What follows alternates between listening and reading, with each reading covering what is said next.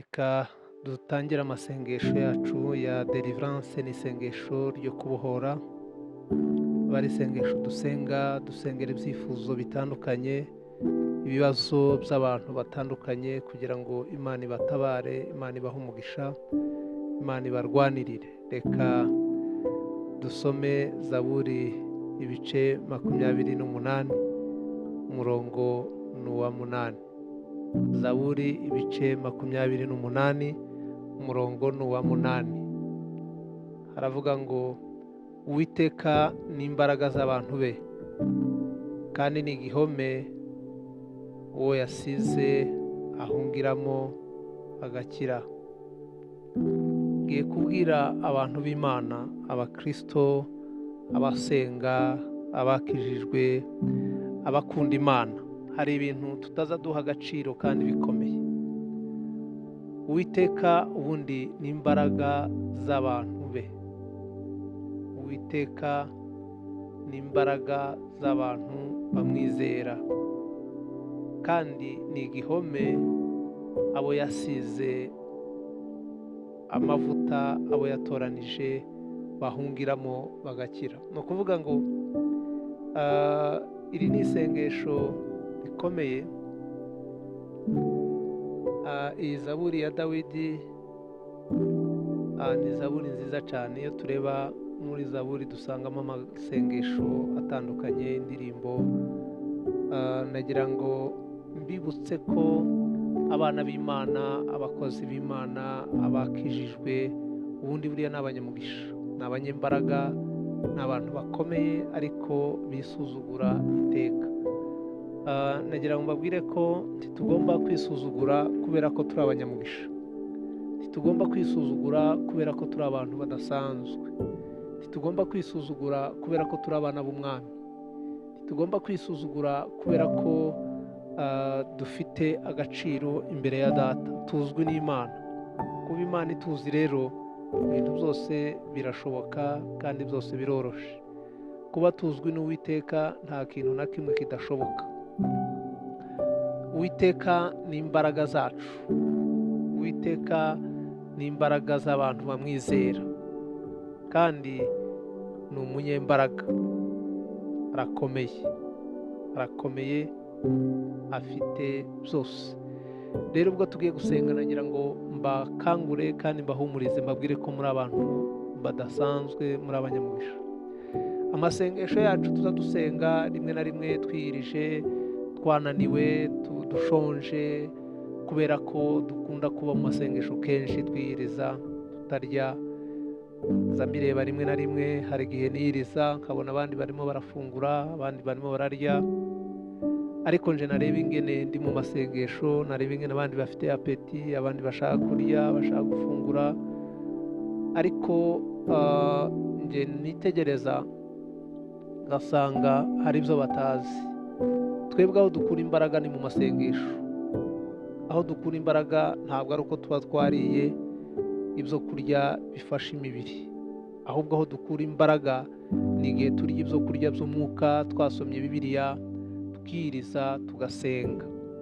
Abantu benshi bazi yuko kwiyiriza ari ukwicisha inzara, ari ukutagira ubwenge, ari ukutareba kure, ari kudaha agaciro imibiri cyangwa se abandi bantu. Ariko nyamara ibyo twigisha abantu gukora, kwiyiriza, natwe turabikora.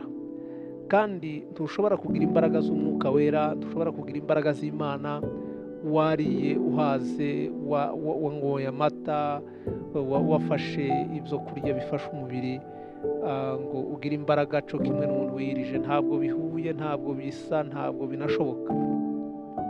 No mu kwirukana abadayimoni, hari abadayimoni bamenyera insengero. Urebye muri iki gihe hari ikibazo gikomeye cyane. Muri iki gihe abadayimoni bamenyereye insengero, abadayimoni bamenyereye mu nzu y'Imana.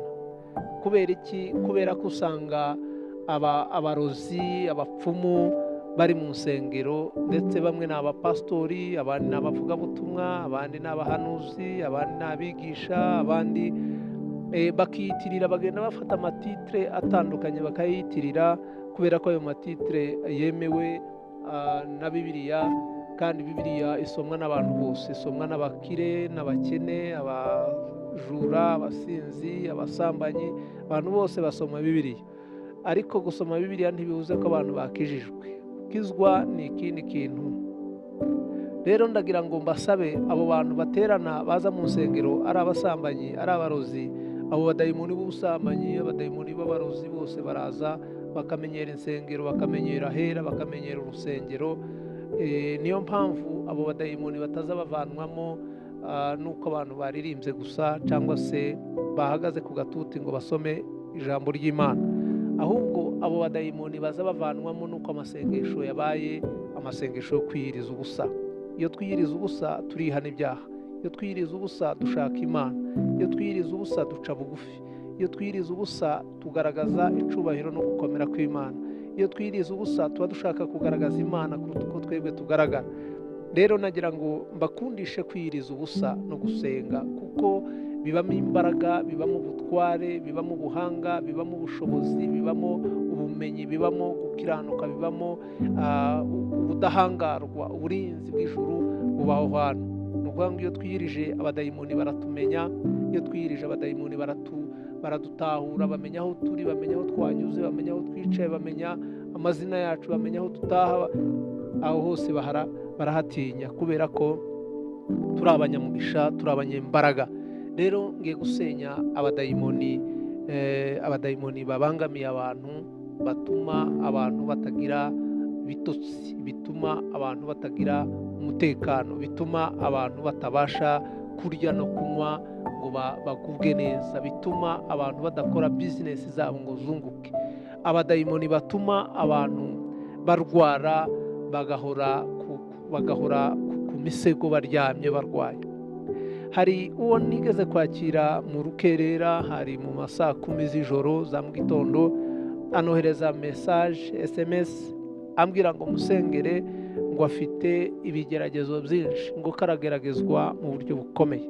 Ambwira n'indwara arwaye, ibyo bigeragezo Satani arimo amugerageza. Ndambwira ati hongera amasengesho, usenge cyane kandi ube maso. Ni ukuvuga ngo hari igihe dutekereza kugeragezwa n'iki. Kugeragezwa ubundi mu rugendo ni ngombwa, intambara mu rugendo ni ngombwa, imisozi miremire ni ngombwa mu rugendo, ariko igikomeye ni uko tugomba guha agaciro abo turi bo, no guha agaciro uko twahamagawe, uko Imana ituzi kandi itwishimira. Rero nagira ngo dufatanye mu isengesho, mwitegure kwihana, mwitegure gusa na Yesu, mwitegure guhunga isi, guhunga Satani.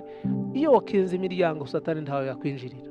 Wiyirije ubusa ugasenga wihanye ibyaha, Satani yagutera gute? Warwaye umutwe, warwaye amaguru, warwaye amaso, warwaye amatwi. No, ibyo ntabwo ari ibintu bigomba kugukanga ngo Shitani ngo yanteye ngo imereye nabi. Shitani kumerera nabi gutese, ahubwo niwe wakinguye imiryango, niwe wakinguye amadirisha.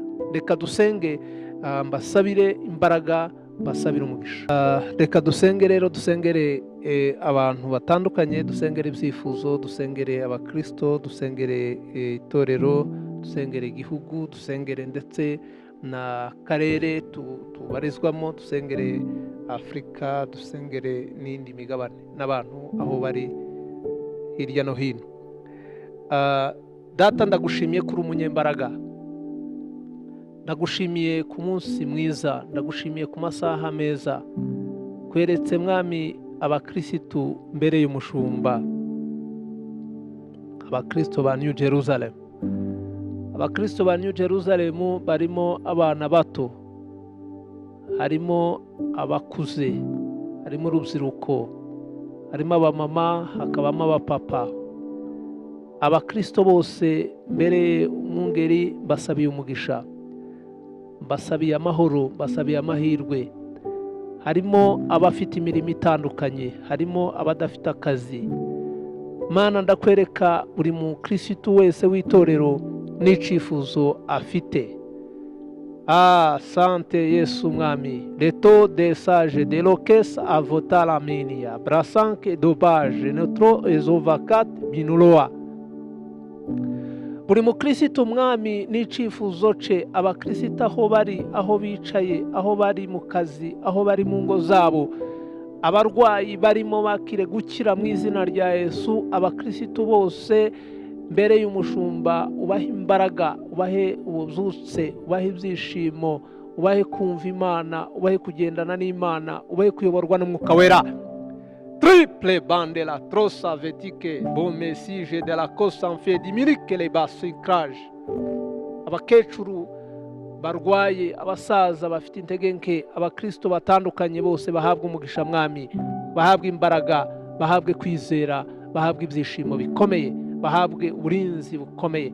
Ndakwereka mwami urubyiruko, ubarinde irari, ubarinde ibyaha, ubarinde satani n'abadayimoni, ubarinde imyuka mibi ibarwanya, ubarinde kurangara, ubarinde kurangara gukurweho. Ubahe umugisha mwami, ubahe imbaraga, ubahe ibyishimo bikomeye. Imbaraga bafite bazikoreshe mu kuramya Imana, imbaraga bafite bazikoreshe mu guhimbaza Imana, imbaraga bafite bazikoreshe mu gukora imirimo ibateza imbere, iteza imbere ingo zabo, imiryango, ababyeyi, itorero n'igihugu. Imbaraga bafite bazikoreshe mu kwizera no mu gushaka mu maso y'Imana. La titripe la tropa se kitentanka rikitime cranche iduma. Ndagushimiye Kristo kuri umwami wacu, uri umwami wacu, uri umwami utanga imbaraga n'amahoro. Mwami ndagushimiye kuhaye abakristo b'itorero umugisha mu byifuzo bafite bitandukanye, bahabwa ibisubizo, babe delivre, bahumanuke, bahabwa imbaraga, bahabwa ibyishimo bikomeye. Kweretse mwami oletantike prosala merigatije de la consuva titoloma. Kweretse itorero mu gihugu cy'u Rwanda, abagize itorero mu Rwanda, abakristo mu Rwanda bahabwa umugisha, bahabwa imbaraga, bahabwe kwizera, bahabwe kurindwa, bahabwa uburinzi, kandi ibyifuzo bafite bitandukanye bihabwa ibisubizo. Igihugu cyacu gihabwa umugisha, igihugu kirindwe ikomeze guhabwa umugisha n'iterambere. Ibikenewe byose mu gihugu ubiduhe mwami, imvura y'umugisha, izuba ry'umugisha, otetara umuyaga w'umugisha, ibitari by'umugisha byose ugenda ubiturinda, ugenda ubihagarika mwami. Weretse Afrika, abakristo bari muri Afrika bahabwa umugisha, abarwayi bari muri Afrika ubakize mwami, abafite ibibazo by'akazi muri Afrika bagahabwe, mu mugabane wa Afrika uwuha umugisha, kandi uzamure Afrika uyuha umugisha. Afrika ifite amasezerano menshi kandi akomeye. Turagushimiye ku bukungu buhari muri Afrika, ubutunzi bukomeye kandi bwose butangwa nawe. N'umugisha wo kumanaginga, uburyo bwo kumanaginga uwo mugisha, ubwo butunzi byose biri mu biganza byawe. Ukomeze kuduha umugisha muri Afrika. Turakwereka mwami n'indi migabane yose ihabwa umugisha. Ndakwereka abantu bakwizera, abakristo bakurikira iri sengesho rya deliverance aho bari hatandukanye. Ndakwereka buri muntu wese aho ari uza gukurikira iri sengesho ahabwa umugisha, ahabwa imbaraga, uza gukurikira abe delivre. Ufite ibibazo bitandukanye ahabwa ibisubizo mwami. Abantu bafite ibibazo byo kugumirwa, ibibazo byo kudashaka, ibibazo byo kutubaka ingo, ibibazo bya divorce, ibibazo by'intambara mu rugo, ibibazo byo kutumvikana kw'abashakanye, ayo majwi yose y'abadayimoni turayahagaritse mu izina rya Yesu. Tanga urukundo, tanga ubumwe, tanga guhuza umutima, tanga guhuza ibitekerezo. Abajyanama babi ugenda ubakura mu nzira y'abakiranutsi, abajyanama babi bakure mu nzira y'abana b'Imana. Dore mwami, abantu bafite ikibazo cy'abajyanama babi, babasenyera, babaganiriza, bababwira gushwana, kurwana, gutongana, kutubahana, kudakundana.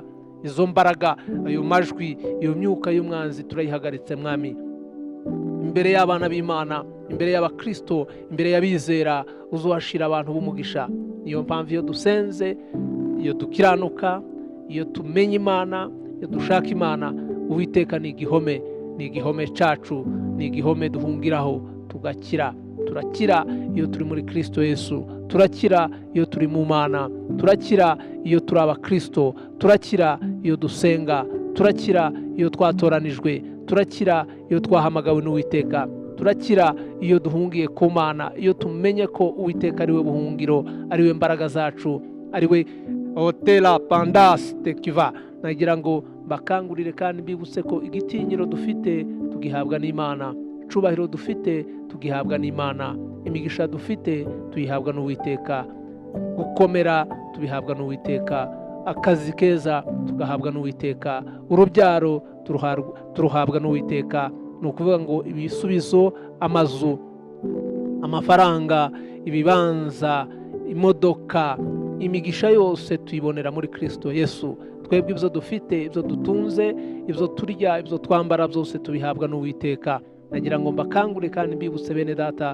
yuko abiringiye Uwiteka bameze nk'umusozi wa Siyoni, bameze nk'umusozi utabashika kunyeganyega, ntawabanyeganyeza, kuko iyo duhungiye muri Kristo turakira, iyo duhungiye muri Yesu turarindwa, iyo duhungiye muri Yesu niho hari ubuhungiro, niho hari umugisha, niho hari imbaraga, niho hari icubahiro, niho hari amahoro, niho hari ibitotsi byiza, niho hari ukuruhuka, niho hari ukwambara no kurya neza, niho hari ugutuza.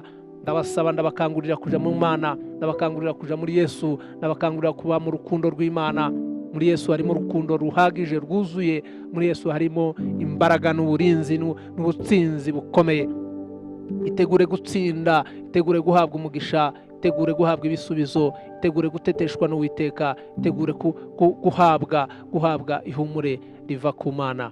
Data, ndagushimye kutanze umugisha, iyi deliverance, aya masengesho abarimo amasengesho y'imbaraga, asenya ibihome, asenya ubutware bwa Satani, asenya imisozi miremire, asenyera Satani n'amajwi ye, amajwi yongorera ya Satani atsindwe, aceceke. Abana b'Imana bagira umugisha, abana b'Imana bagira amahoro, abana b'Imana bagira ibyishimo bikomeye. Ndagushimiye Mwami, uri umunyembabazi kandi uri umunyembaraga. Iyo duhaye imbabazi turazihabwa, iyo dusanze turaruhuka, iyo dusanze turanezerwa, iyo dusanze turashisha, tukumva tugenda tubyibuha, tugubwa neza, tugira sante nziza, kubera ko muri Yesu harimo byose, muri Yesu harimo umugisha ukomeye. Turagushimiye Mwami ko tuzarama, turagushimiye ko tuzakomeza kugira ubuzima bwiza, kubera ko tukwemera, tukwizera, tugukunda kandi tugukorera.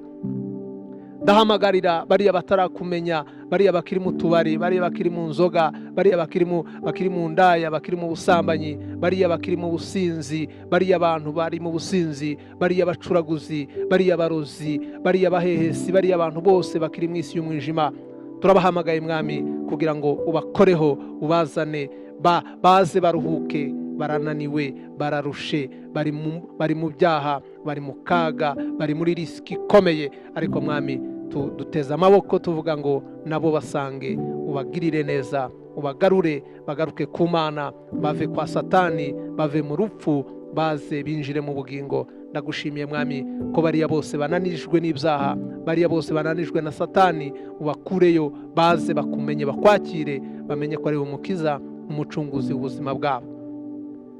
Hari abantu benshi Mwami batangiriye mu nzu yawe, ariko ubu bagize ubwoba, basubiye kwa Satani. Ubu ni abantu babi, ubu ni abantu b'abanyeshari, ni abantu bangiza, ariko turabareze, tubatangiye raporo ku Mana kugira ngo basange, kugira ngo bagarure, kugira ngo ubiyereke Mwami, bongere babone itara ryawe ribamurikira. Ndagushimiye ko ari we mutabazi, ni wewe utabara, ni wewe uruhura abarushe, abaremererewe.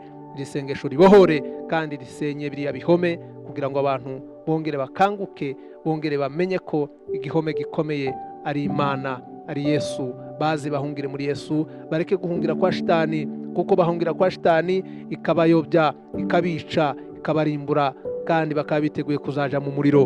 Niyo mpamvu tubakangurira kumenya ubuhungiro bukomeye, ubuhungiro buzima ni muri Kristo Yesu, ni uguhunga isi, ni uguhunga ibyaha. Ndagushimiye Mwami kubohoye imitima, ukaba utanze akazi. Abantu batari bafite akazi, ndagushimye kubahaye akazi. Hari abantu bifuza gutunga amafaranga, hari abantu bifuza kugira akazi, hari abantu bifuza kugira amamodoka, hari abantu bifuza kugira amazu, hari abantu bifuza kugira ubutaka, kugira ibibanza, ariko barakoze imyaka myinshi, bananiwe kubigeraho kubera umwanzi Satani yarababoshe. Umwanzi Satani yabahumye amaso, ntabwo bazi kubona ibikwiye kandi bizima, baje kugera ku mugisha Satani kawusenya. None Mwami, dusenya iyo migambi ya Satani kugira ngo bariya nabo binjire mu mugisha, ibyifuzo by'abana b'Imana bigerweho, babibone, babigereho. Ndagushimye ko duhaye umugisha, ndagushimye ko utanze ihumure, ndagushimye kuko ukinguriye abana b'Imana imigisha. hamwe n'iri sengesho mwami nagira ngo mpanurire abantu banyumvise babwire ngo bizere aka kanya, bizere Yesu agiye kubohora, bizere Yesu arabasanze, bizere Yesu agiye kubatabara, Yesu agiye kubanezeza, Yesu agiye kubakingurira umugisha, kandi bazagira umwanya wo kugushimira mwami no kukuramya.